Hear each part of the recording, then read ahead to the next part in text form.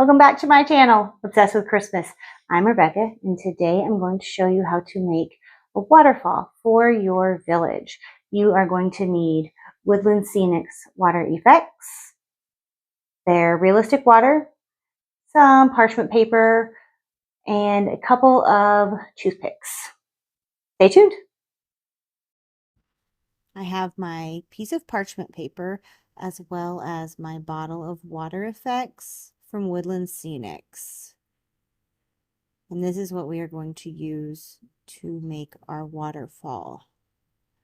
It can be difficult to squeeze the product out, so I usually have to use both of my hands.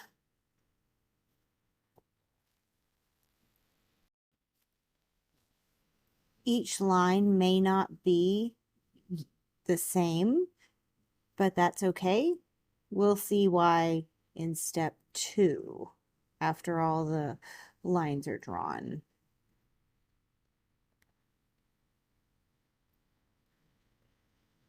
I like to draw about 6, but sometimes I go up to about 8, just depending on how big I need my waterfall to be.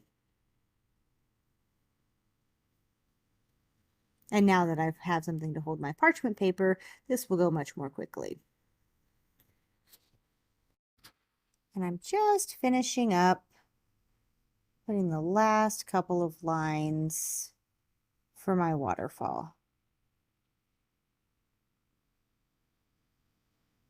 And now I have 2 toothpicks. I like to use 2 more than 1. It just works better for me. And what I'm doing is sort of blurring the lines together, making them sort of messier because water rushes over when it's falling in the waterfall, haha, not in straight lines. So that's what I'm doing here, trying to give the illusion of ripples and movement as opposed to just straight lines. You could leave it totally straight, but I don't think you'll like the result as much. Occasionally you'll see I'm wiping off a little bit extra. That is okay. I would rather have a little bit extra that I have to wipe off rather than not enough and then I have to go back in and squeeze a little bit more and try to make it fit. And your bottom part and even the top does not have to be uniform, uniformly straight. Once this product dries, it is very easy to cut with scissors, and waterfalls aren't straight, so they don't have to be just 100%,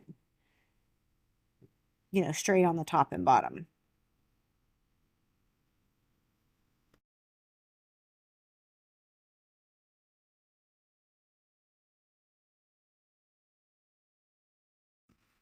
Now that the water effects has dried, we're going to use realistic water.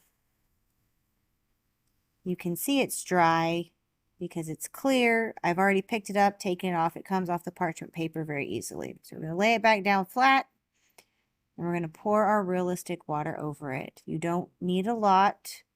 I don't color it, but you can color with one very small drop of food coloring if you so desire.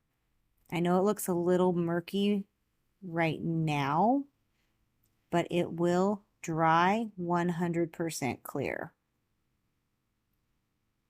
So I'm just finished pouring, and I'm just trying to make sure that the realistic water is all over the waterfall so that I don't have to do this 2 times.